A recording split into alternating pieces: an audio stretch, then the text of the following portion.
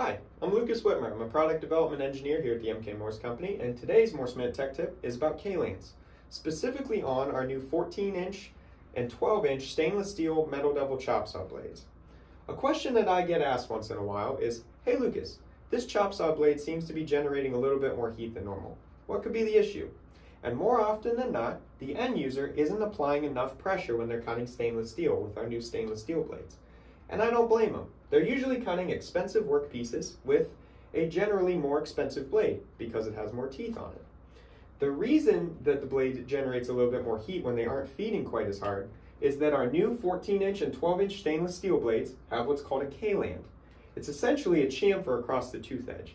What that's going to do is help you with initial impacts and keep that tooth edge together longer. That's why our blades last so long.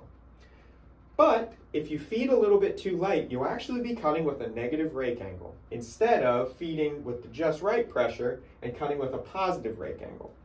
The reason that's a problem is that when you cut with a negative rake angle, specifically in stainless steels, you're going to be generating a lot of heat. And you guys know from stainless steel cutting that heat is bad, and generating more heat will make the material work harden, and then it'll be even harder to cut, and then you'll generate even more heat. And then it's kind of a slippery slope from there. However, if you feed a little bit harder, it'll let that chip kind of come up the tooth face, and you'll have lower cutting forces because you're cutting with a positive rake.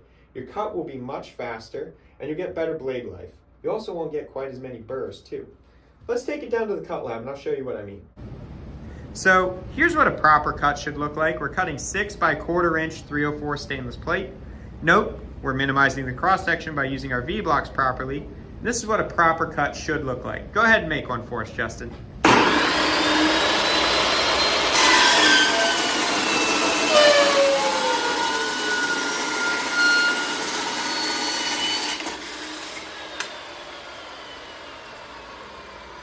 you can see here, good surface finish, minimal burr.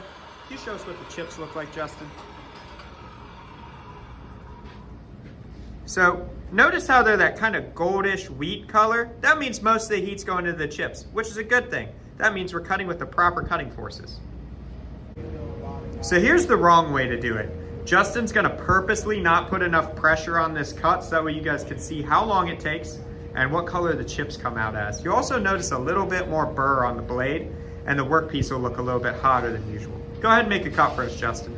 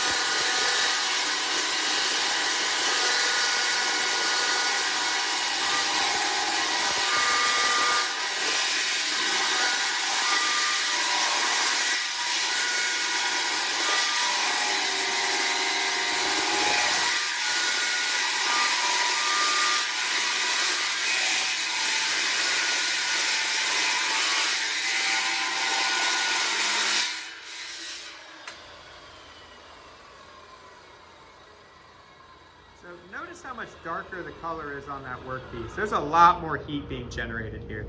Can you hand me the chip tray, Justin?